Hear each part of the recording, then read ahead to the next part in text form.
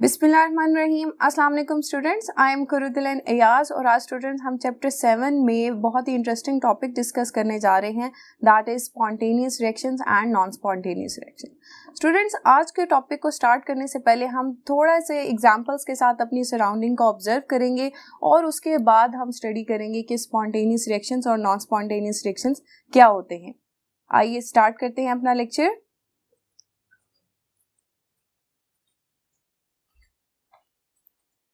Students, हम daily life की कुछ एग्जांपल्स को डिस्कस करने जा रहे हैं ताकि हम स्पॉन्टेनियस रिएक्शंस और नॉन स्पॉन्टेनियस रिएक्शंस के कॉन्सेप्ट को क्लियर कर सकें। स्टूडेंट्स, अगर आप इमेजिन करें कि हम एक नेचुरल वाटरफॉल के करीब से गुजर रहे हैं, वाटरफॉल को हम ऑब्जर्व करते हैं कि यहाँ पर होता क्या है कि पानी जो है हाइट से ग्राउंड लेवल की तरफ मूव कर रहा है और यहाँ पर आपको कोई भी ऐसा पंप या मोटर नज़र नहीं आएगी जो कि पानी को हाइट से ग्राउंड लेवल तक पहुँचाए। यानी आप कह सकते हैं कि ये जो प्रोसेस है ये ऑटोमेटिक हो रहा है, कोई एनर्जी की यहाँ पर ज़रूरत नहीं है। नेचर में ये वाटरफॉल यानी water is falling from height to the bottom, automatic ये प्रोसेस है। इसी तरह से स्टूडेंट्स, हम अक्सर क्या करते हैं कि रेफ्रिजरेटर में से कोल्ड ड्रिंक निकाल कर बाहर रख देते हैं और अगर हम अपने कामों में बिजी हो जाएं तो हम देखते हैं कि कुछ देर बाद कोल्ड ड्रिंक पहले ठंडी थी, अब क्या हो गई है, गर्म हो चुकी है। तो स्टूडेंट्स, क्या आप मुझे बता सकते हैं कि इस कोल्ड ड्रिंक का जो टेम्परेचर चेंज हुआ है, क्या आपने इस कोल्ड ड्रिंक की कोई हेल्प की है, कोई एनर्जी इसको सप्लाई की थी? ऐसा कुछ भी नहीं हुआ। यानी again that is automatic process कि आपने कोल्ड ड्रिंक बाहर रख दी और वो गर्म हो गई। इसी तरह से स्टूडेंट्स, एक और एग्जांपल देखते हैं कि अगर हम दो गैस सिलेंडर्स लेते हैं जो एक दूसरे के साथ कनेक्टेड हैं और एक गैस सिलेंडर के अंदर हमने गैस रखी हुई है, ठीक है। अगर हम इन दोनों के दरमियान जो सेपरेशन हमने की हुई है उसको रिमूव कर दें तो गैस ऑटोमेटिकली डिफ्यूज कर जाएगी इन द एम्प्टी सिलेंडर। अब अगेन स्टूडेंट्स, हमने गैस को कोई एनर्जी सप्लाई नहीं करी, वो ऑटोमेटिकली ही डिफ्यूज करी है एम्प्टी सिलेंडर के अंदर। दैट इज अगेन ये वो प्रोसेस है जिसके अंदर एनर्जी सप्लाई नहीं हुई और वो ऑटोमेटिकली कंप्लीट हो रहा है। कंप्लीशन क्या है कि गैस जो है इफ्यूज हो रही है एम्प्टी सिलेंडर में। तो स्टूडेंट्स, यू कैन से कि ऐसे रिएक्शंस जिनको कंप्लीट होने के लिए कोई एनर्जी सप्लाई की ज़रूरत ना हो, कोई एक्सटर्नल एड की ज़रूरत ना हो, तो इस तरह के रिएक्शंस को हम क्या कहते हैं, स्पॉन्टेनियस रिएक्शंस कहते हैं। और इसी से ऑपोजिट हम क्या ऑब्जर्व करते हैं, नॉन स्पॉन्टेनियस रिएक्शंस। ऐसी रिएक्शंस जिनको कंप्लीट होने के लिए एनर्जी की ज़रूरत हो। एग्जाम्पल देखते हैं स्टूडेंट्स, ये रोलिंग स्टोन है, आप देख सकते हैं हाइट से ग्राउंड लेवल तक आया है। अभी हमने पढ़ा था कि इस तरह के जो चेंज होता है, ये प्रोसेस होता है, उसे हम स्पॉन्टेनियस कहते हैं। अब इसका रिवर्स प्रोसेस अगर देखें कि ग्राउंड लेवल से अब हमें इस स्टोन को हाइट पर लेकर जाना है तो हमें फोर्स अप्लाई करनी पड़ेगी, हमें एनर्जी सप्लाई करनी पड़ेगी। तो ये एक ऐसा प्रोसेस है जिसको कंप्लीट करवाने के लिए एनर्जी की ज़रूरत है। तो ये स्पॉन्टेनियस होगा या नॉन स्पॉन्टेनियस होगा, ये रिएक्शन क्या होगा या ये प्रोसेस क्या होगा, that will be a non spontaneous process. इसी तरह से स्टूडेंट्स, डिफरेंट केमिकल रिएक्शंस हम स्टडी करते हैं जो कि एनर्जी सप्लाई करने के बाद ही कंप्लीट हो सकते हैं, अदरवाइज वो कंप्लीट नहीं होंगे। कौन सी रिएक्शंस है? फॉर एग्जांपल नाइट्रोजन और हाइड्रोजन है। नाइट्रोजन हमारी एयर के अंदर मौजूद है और अगर हम हाइड्रोजन गैस को भी अपनी सराउंडिंग में रिलीज कर दें तो क्या दोनों के कॉम्बिनेशन से क्या बनता है, अमोनिया गैस बनती है। तो क्या अमोनिया बनेगी? नहीं बनेगी। क्यों? क्योंकि इस केमिकल रिएक्शन को प्रोसीड करने के लिए एनर्जी की ज़रूरत है, ठीक है। स्पेसिफिक टेम्परेचर होना चाहिए, प्रेशर होना चाहिए और कैटलिस्ट की मौजूदगी में ये नाइट्रोजन और हाइड्रोजन जो है आपस में रिएक्ट करती हैं और अमोनिया गैस बनती है, जिसे हम हैबर्स प्रोसेस भी कहते हैं, ठीक है। तो स्टूडेंट्स, हमने क्या देखा कि ऐसे रिएक्शंस जिनको कंप्लीट होने के लिए एनर्जी की ज़रूरत ना हो, ऑटोमेटिकली प्रोसीड करते हैं, इस तरह के रिएक्शंस को हम क्या कहते हैं, स्पॉन्टेनियस रिएक्शंस कहते हैं। और ऐसे रिएक्शंस जिनको कंप्लीट होने के लिए एनर्जी की ज़रूरत होती है, उनको इस तरह के रिएक्शंस को हम क्या कहेंगे, नॉन स्पॉन्टेनियस रिएक्शंस कहेंगे। आइए स्टूडेंट्स, अब डिटेल में स्पॉन्टेनियस और नॉन स्पॉन्टेनियस की डेफिनेशंस देखते हैं और फर्दर इनके करैक्टरिस्टिक्स को भी डिस्कस करते हैं। तो स्टूडेंट्स, हम स्पॉन्टेनियस रिएक्शन की डेफिनेशन अब किस तरह से लिख सकते हैं, a process which takes place on its own without any external assistance, यानी ऐसा रिएक्शंस जो खुद ब खुद हो, उसे एक्सटर्नल एड की, एक्सटर्नल एनर्जी की जरूरत ना हो, और and move from non equilibrium state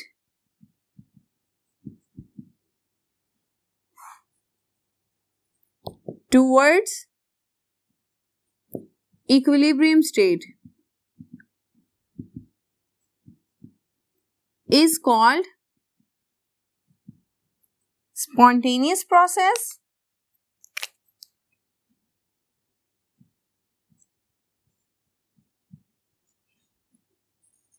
या इसे हम नेचुरल प्रोसेस भी कह सकते हैं, और नेचुरल प्रोसेस क्योंकि नेचर में अक्सर रिएक्शंस जो हैं वो खुद ब खुद प्रोसीड करते हैं, वो किसी एनर्जी की उनको ज़रूरत नहीं होती टू कंप्लीट दैम। ठीक है, अब स्टूडेंट्स यहाँ तक जो हमारी डेफिनेशन है, process which take place on its own without any external assistance is called spontaneous reactions. ये तो अभी हमने डिफरेंट एग्जांपल्स में देखा कि ऐसे रिएक्शंस जिनको एनर्जी की ज़रूरत ना हो टू कंप्लीट, तो इस तरह के रिएक्शंस को हम क्या कहते हैं, नॉन स्पॉन्टेनियस कहते हैं।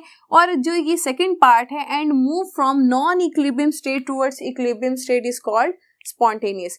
यानी ऐसे रिएक्शंस या आप केमिकल रिएक्शंस कह लें, इक्विलिब्रियम स्टेट बेसिकली क्या होती है कि जब एक केमिकल रिएक्शन प्रोसीड करता है तो रिएक्टेंट्स और प्रोडक्ट्स के अमाउंट क्या हो जाए, इक्वल हो जाए। उसके लिए जब रिएक्शन स्टार्ट होगा तो रिएक्टेंट्स की अमाउंट हमेशा ज्यादा होती है प्रोडक्ट से। ठीक है, प्रोडक्ट्स की अमाउंट उस टाइम क्या होती है, कम होती है। तो स्पॉन्टेनियस रिएक्शंस हम उन रिएक्शंस को भी कहेंगे जो कि रिएक्टेंट्स आपस में रिएक्ट करके प्रोडक्ट्स की तरफ मूव करें, और एक पॉइंट आए कि जब रिएक्टेंट्स और प्रोडक्ट की अमाउंट जो है वो सेम हो जाए। ठीक है, सेम अमाउंट और इसकी भी सेम अमाउंट हो जाए, दैट विल इस स्टेट को हम क्या कहेंगे, that will be the equilibrium state. यानी रिएक्टेंट्स और प्रोडक्ट्स जो हैं इन दोनों की अमाउंट इक्वल हो जाएगी, तो हम यहाँ पर कहेंगे, इस पॉइंट पे कहेंगे कि स्पॉन्टेनियस रिएक्शन जो है वो कंप्लीट हो गया। ठीक है, तो ये डेफिनेशन का सेकंड पार्ट है कि ऐसी रिएक्शंस को भी, ये बेसिकली केमिकल रिएक्शंस में आप इसकी एग्जांपल्स ज़्यादा देखेंगे कि रिएक्टेंट्स और प्रोडक्ट्स इक्विलिब्रियम स्टेट पे आ जाएं, तो इस तरह का जो रिएक्शन है उसे हम क्या कहेंगे, स्पॉन्टेनियस रिएक्शन कहेंगे। ठीक है, फर्दर स्टूडेंट्स स्पॉन्टेनियस रिएक्शन के करेक्टरिस्टिक्स देखते हैं कि क्या इसकी प्रॉपर्टीज हैं। अभी जो हमने एग्जांपल डिस्कस की थी उससे हम ये देख सकते हैं कि स्पॉन्टेनियस रिएक्शंस ऐसे प्रोसेस होते हैं जो रियल होते हैं। ठीक है, that is a real process. यानी स्पॉन्टेनियस रिएक्शंस ऐसे रिएक्शंस हैं जो नेचर में एग्जिस्ट करेंगे, जैसे हमने एग्जांपल देखी थी वाटरफॉल की। ठीक है, पानी का हाइट से जमीन पे गिरना, that is a spontaneous process and is a real process. इसी तरह से students, ageing is also a spontaneous process and is also a real process. Nature में एग्जिस्ट करता है, हमारी वक्त के साथ साथ एज क्या है, बढ़ती जाती है, स्पॉन्टेनियस है। ऐसा नहीं होता कि वक्त के साथ साथ हमारी एज कम होती जाए। ठीक है, तो जैसे जैसे वक्त गुजरता जाता है हमारी एज ज्यादा होती जाती है। इट्स मीन कि स्लो प्रोसेस है लेकिन स्पॉन्टेनियस है। नेक्स्ट करेक्टरिस्टिक देखते हैं, that is spontaneous reactions they are irreversible. ठीक है, यानी स्पॉन्टेनियस प्रोसेस जो होते हैं वो एक दफ़ा अगर कंप्लीट हो जाएं तो वापस अपनी इनिशियल स्टेट पर नहीं आते। उसमें स्टूडेंट्स हम केमिकल रिएक्शंस में बहुत अच्छी एग्जांपल इसमें देख सकते हैं कि केमिकल रिएक्शन कॉपर सल्फेट और जिंक, ये जब आपस में रिएक्ट करते हैं तो हमारे पास क्या बनेगा, copper as solid and zinc sulphate का सॉल्यूशन बन जाएगा। ठीक है, अब कॉपर सल्फेट ब्लू था, ठीक है, और जिंक सल्फेट सोल्यूशन क्या होगा, क्लियर सोल्यूशन आएगा। आप यहाँ देखें फ्लास्क के अंदर भी हमने जब कॉपर सल्फेट सोल्यूशन के अंदर जिंक ऐड किया, हमने कोई एनर्जी सप्लाई नहीं की और रिएक्शन ऑटोमेटिक होना शुरू हुआ और हमारे पास जिंक सल्फेट का सोल्यूशन बन गया और कॉपर एज सॉलिड डिपॉजिट हो गया। इसी तरह से एक और एग्जांपल अगर देखें कि हम सिल्वर नाइट्रेट का सोल्यूशन लें और उसके अंदर कॉपर की कॉइल्ड वायर अगर एंटर करवाएं तो रिएक्शन हमने कोई एनर्जी सप्लाई नहीं करे और आप देख सकते हैं कि इस कॉपर कॉइल के ऊपर बड़े खूबसूरत से सिल्वर के प्रेसिपिटेट्स डिपॉजिट होते जा रहे हैं, यानी केमिकल रिएक्शन हो रहा है, ऑटोमेटिक है। लेकिन अब ये रिवर्स नहीं हो सकता क्योंकि ये जो प्रेसिपिटेट्स इसके ऊपर डिपॉजिट हुए हैं ये वापस आप कह लें कि ये रिएक्शन रिवर्स नहीं होगा, ये सिल्वर के प्रेसिपिटेट जो हैं वो सिल्वर आयंस में कन्वर्ट नहीं हो सकते। स्पॉन्टेनियस किस वजह से हमने इसे कहा, क्योंकि इसको स्टार्ट होने के लिए कोई एनर्जी रिक्वायर नहीं थी। ठीक है, सेकेंड कैरेक्टरिस्टिक इसका क्या है, that is spontaneous process are unidirectional. एक खास डायरेक्शन में ही स्पॉन्टेनियस रिएक्शन जो है मूव करते हैं या प्रोसीड होते हैं। फॉर एग्जाम्पल, अगर स्टूडेंट्स मैं आयरन रॉड को हीट करती हूँ तो अब आप देखें आयरन रॉड का एक पार्ट जो है वो गर्म हो चुका है और दूसरा क्या है, ठंडा है। अब हीट फ्लो किस डायरेक्शन में करेगी, क्योंकि हीट फ्लो क्या है, स्पॉन्टेनियस प्रोसेस है। हीट फ्लो हमेशा हॉट पार्ट से कोल्ड पार्ट की तरफ मूव करती है, यानी जो ऑब्जेक्ट का पार्ट गर्म होगा वो हीट फ्लो जो है गर्म हिस्से से ठंडे हिस्से की तरफ मूव करना शुरू हो जाएगी। स्पॉन्टेनियस प्रोसेस हमेशा इसी डायरेक्शन में होगा। किसी भी ऑब्जेक्ट को आप हीट करेंगे तो हमेशा हाई टेम्परेचर से लोअर टेम्परेचर की तरफ हीट जो है हीट फ्लो होता है। तो इसका मतलब है कि स्पॉन्टेनियस रिएक्शन की डायरेक्शन जो क्या होती है, स्पेसिफिक होती है, खास डायरेक्शन में ही मूव करते हैं।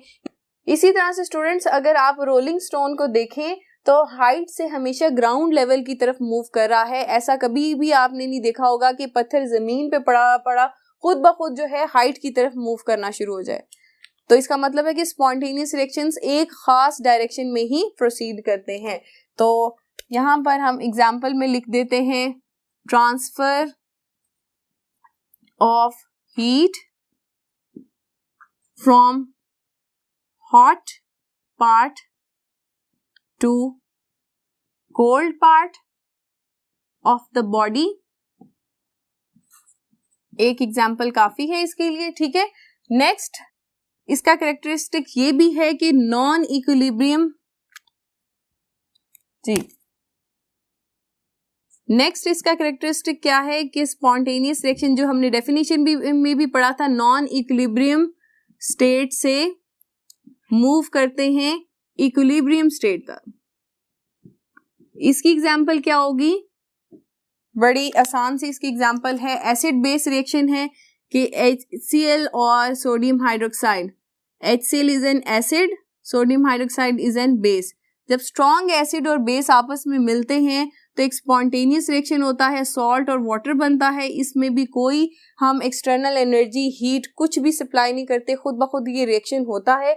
अब स्टूडेंट्स आप देखेंगे पहले जब ये रिएक्शन स्टार्ट होगा तो एसिड और बेस की कंसंट्रेशन क्या होगी, ज्यादा होगी, और जैसे जैसे प्रोडक्ट्स बनते जाएंगे तो सोडियम क्लोराइड इसकी आप कह लें कंसंट्रेशन रिएक्शन में बढ़ती जाएगी। एक टाइम आएगा कि रिएक्टेंट्स और प्रोडक्ट्स दोनों की कंसंट्रेशन सेम हो जाएगी और हम कहेंगे कि हमारा जो रिएक्शन है वो इक्विलिब्रियम स्टेट पर पहुंच गया है। ठीक है, again reaction is spontaneous, non equilibrium state से इक्विलिब्रियम स्टेट की तरफ पहुंचा, यानी जब रिएक्शन स्टार्ट हुआ तो रिएक्टेंट्स की अमाउंट ज्यादा थी, प्रोडक्ट्स की अमाउंट कम थी। टाइम गुजरता गया, रिएक्टेंट्स और प्रोडक्ट्स की जब अमाउंट सेम हो गई तो फिर हमारी तरफ से या स्पॉन्टेनियस रिएक्शन जो है वो कंप्लीट हो गया, नॉन इक्विलिब्रियम से इक्विलिब्रियम स्टेट तक पहुंच गया। ठीक है स्टूडेंट्स, अगर स्टूडेंट्स हम फर्दर ऑब्जर्व करें तो अभी तक हमने जितनी स्पॉन्टेनियस रिएक्शंस की एग्जांपल डिस्कस की हैं, हमने देखा है कि स्पॉन्टेनियस रिएक्शंस में एनर्जी रिलीज होती है ड्यूरिंग दैट प्रोसेस। किस तरह से, अभी हमने ये जो एसिड बेस का रिएक्शन पढ़ा है इसके अंदर भी एनर्जी जो है रिलीज हुई, यानी रिएक्शन इज एक्सोथर्मिक। ठीक है, और इसी तरह से transfer of heat from hot part two the cold part of the body, इसके अंदर भी एनर्जी जो है सिस्टम से सराउंडिंग के अंदर रिलीज होती है। तो आप क्या कह सकते हैं कि जितने भी एक्सोथर्मिक रिएक्शंस होंगे क्या वो सारे ही स्पॉन्टेनियस होंगे? तो स्टूडेंट्स ऐसा नहीं है, सारे एक्सोथर्मिक रिएक्शंस स्पॉन्टेनियस नहीं होते। आप ये कह सकते हैं कि generally spontaneous reactions are exothermic reactions, ठीक है। Generally spontaneous reactions they are exothermic, क्योंकि ऐसे भी रिएक्शंस हैं जो कि स्पॉन्टेनियस हैं लेकिन वो एंडोथर्मिक हैं। वो एक्सेप्शनल केसेस में आते हैं, जैसे कि अगर आप वाटर कहीं किसी सरफेस पे गिर जाता है और इवेपोरेट होता है, यानी वाटर वेपर्स में कन्वर्ट होगा, गैसियस फॉर्म में कन्वर्ट होगा, तो इस इवेपोरेशन, ये जो इवेपोरेशन यहाँ पर हो रहा है मैं लिख देती हूँ, इवेपोरेशन, इस प्रोसेस के दौरान लिक्विड वाटर जब गैसियस वाटर या आप कह लें कि वेपर स्टेट में कन्वर्ट होता है तो कितनी एनर्जी एब्जॉर्ब होती है? Delta H is equal to positive 44 kilo joule per mole, यानी ये अमाउंट की एनर्जी सिस्टम के अंदर ऐड होती है। तो जब भी सिस्टम के अंदर एनर्जी एब्जॉर्ब होती है तो हम इसे क्या कहते हैं? एंडोथर्मिक रिएक्शन कहते हैं। अब ये तो रिएक्शन स्पॉन्टेनियस है, जब भी हम देखते हैं कि किसी सरफेस पे, टेबल पे, फर्श पर पानी गिरता है तो वो खुद ब खुद ही इवेपोरेट हो जाता है, ठीक है। हम उसको कोई हीट सप्लाई नहीं करते, कोई एनर्जी सप्लाई नहीं करते, ऑटोमेटिक प्रोसेस है, लेकिन ये एंडोथर्मिक है। इसका मतलब है कि आप स्टूडेंट्स ये कभी मत सोचिएगा कि सारे स्पॉन्टेनियस रिएक्शंस क्या होते हैं? एक्सोथर्मिक होते हैं। स्पॉन्टेनियस रिएक्शन जनरली एक्सोथर्मिक होते हैं, लेकिन वो एंडोथर्मिक भी हो सकते हैं, जैसे कि ये एग्जांपल है। एक और एग्जांपल हमारे पास आती है अमोनियम क्लोराइड का। जब आप एक्वस सोल्यूशन बनाते हैं तो एनर्जी एब्जॉर्ब होती है, अमोनियम आयंस और क्लोराइड आयंस इस तरह से बनते हैं ये एक्वस में, और कितनी एनर्जी एब्जॉर्ब होगी? Delta H is equal to 15.1, positive sign indicate करा है एंडोथर्मिक, किलोजाउल पर मोल, ठीक है स्टूडेंट्स। ये तो बात होगी स्टूडेंट्स, हमने जो एग्जांपल डिस्कस की हैं कि ऐसे रिएक्शंस जो खुद ब खुद प्रोसीड कर रहे होते हैं, उनको कोई एक्सटर्नल एड की जरूरत नहीं होती। लेकिन स्टूडेंट्स ऐसे स्पॉन्टेनियस रिएक्शंस भी हैं जिनको सिर्फ स्टार्ट होने के लिए एनर्जी चाहिए होती है। अगर हम उन्हें थोड़ी सी एनर्जी सप्लाई कर दें कि वो स्टार्ट हो जाएं, उसके बाद वो ऑटोमेटिकली ही प्रोसीड करते जाएंगे। उसमें एग्जांपल्स आती है हमारे पास बर्निंग ऑफ कोल। अगर कोयला देखें, कोयला जलने के लिए हमें क्या क्या चीज़ों की ज़रूरत होती है कि कोल हो और साथ में ऑक्सीजन हो, ठीक है। लेकिन आप देखिए इन्वायरमेंट में अगर हम कोल भी ले लें और ऑक्सीजन हमारी एयर के अंदर मौजूद है, लेकिन ये कोयला जलेगा नहीं। तब तक नहीं जलेगा जब तक कि आप इसको स्टार्टिंग में थोड़ी सी एनर्जी ना सप्लाई कर दें। स्टार्टिंग में जब आप इसको हीट सप्लाई करेंगे या आप कह लें कि शोला जलाएंगे, तो उससे क्या होगा कि जो हमारा कोयला है वो जलना शुरू हो जाएगा। एक दफ़ा जब जलना शुरू हो जाएगा फिर इसको आपको फर्दर एनर्जी सप्लाई करने की ज़रूरत नहीं होगा, ये कम्प्लीटली बर्न होकर रिएक्शन कंप्लीट होके ख़त्म होगा। तो ये रिएक्शन स्पॉन्टेनियस है, लेकिन ऐसा स्पॉन्टेनियस रिएक्शन है जिसे स्टार्ट होने के लिए एनर्जी की ज़रूरत हुई है और प्रोसीड करने के लिए एनर्जी की ज़रूरत नहीं थी। प्रोसीड ऑटोमेटिक करेगा, स्टार्ट होने के लिए हम उसे सिर्फ थोड़ी सी एनर्जी सप्लाई कर देते हैं। इसी तरह से बर्निंग ऑफ कैंडल है। अब आप देखें कैंडल बेसिकली क्या है? वैक्स है। वैक्स के अंदर क्या मौजूद होते हैं? हाइड्रोकार्बन्स। हाइड्रोकार्बन्स को बर्न होने के लिए ऑक्सीजन की ज़रूरत होती है। अब ऑक्सीजन और खाली हाइड्रोकार्बन्स आपस में मिल भी जाएं तब भी इसकी आप कह लें कंबस्शन नहीं होगी, कार्बन डाइऑक्साइड और वाटर नहीं बनेगा जो कि इसके रिजल्टेंट प्रोडक्ट्स हैं। तो उसके लिए हमें क्या करना पड़ेगा कि हमें स्टार्ट में इसको थोड़ी सी हीट सप्लाई करनी होती है, जिसकी वजह से इसकी बर्निंग स्टार्ट हो जाएगा। एक दफ़ा कैंडल जलना शुरू हो जाती है तो ऑटोमेटिकली रिएक्शन जो है वो प्रोसीड करता जाता है। फर्दर हमें इसको कोई energy during the process supply करने की जरूरत नहीं होगी, ठीक है। तो spontaneous reactions, some spontaneous reactions need energy to start only, ठीक है।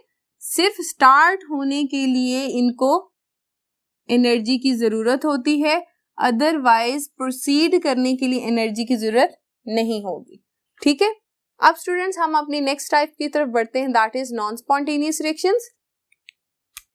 नॉन स्पॉन्टेनियस स्टूडेंट्स हमने स्टार्ट में देखे थे कि ऐसे रिएक्शन जिनको कंप्लीट होने के लिए एनर्जी की ज़रूरत हो और वो ऑटोमेटिकली स्टार्ट ना हो सके।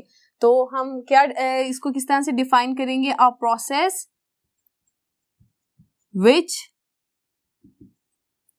Do not take place on its own and requires external assistance to carry out is called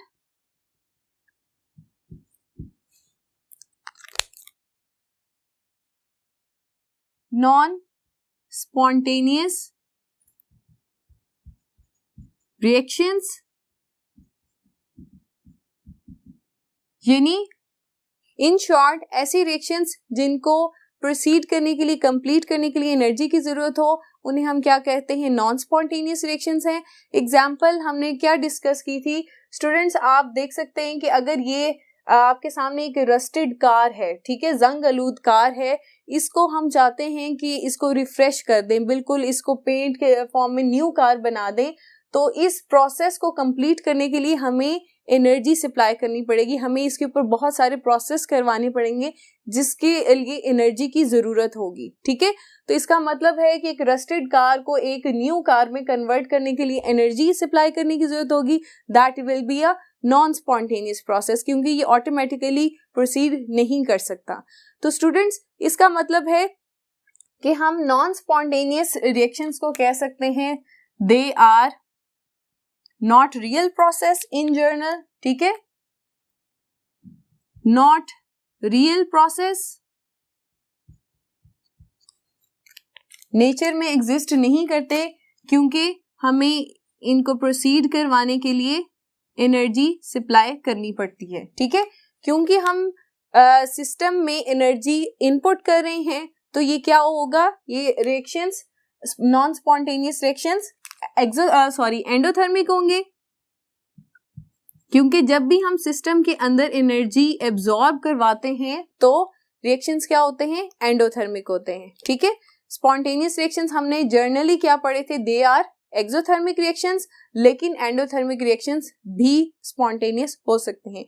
इसी तरह से जर्नली नॉन स्पॉन्टेनियस रिएक्शन जो होते हैं वो एंडोथर्मिक होते हैं। उसकी हम एग्जाम्पल देखते हैं, नाइट्रोजन एंड ऑक्सीजन, ठीक है।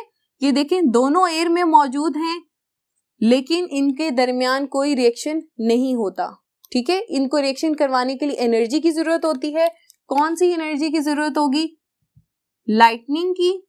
जो बिजली चमकती है तो क्या होता है कि एयर में मौजूद नाइट्रोजन और ऑक्सीजन आपस में मिलते हैं और क्या बना देते हैं? नाइट्रिक ऑक्साइड, ठीक है। अब ये जब रिएक्शन होता है तो एनर्जी एब्जॉर्ब होती है। कितनी एनर्जी एब्जॉर्ब होती है? 180 किलो जूल पर मोल। अब स्टूडेंट्स इस एग्जाम्पल से दो बातें क्लियर हो रही हैं कि non spontaneous reaction that are endothermic, लेकिन हमने जो ऊपर बात की थी कि generally non spontaneous reactions they are not real process, लेकिन एक्सेप्शन इज देयर, क्योंकि ये जो रिएक्शन है that is occurring in nature. बिजली तो नेचर के अंदर ही चमकती है ना, ठीक है, यानी कि ये नेचर का पार्ट है बिजली का चमकना। तो बेसिकली बिजली के चमकने की वजह से ये रिएक्शन होता है। इट्स मीन के non spontaneous reaction can be real, ठीक है, यानी नेचर के अंदर नॉन स्पॉन्टेनियस रिएक्शन एग्जिस्ट करते हैं लेकिन बहुत कम, ठीक है। नेक्स्ट पॉइंट इसका होगा कि non spontaneous reactions they are reversible.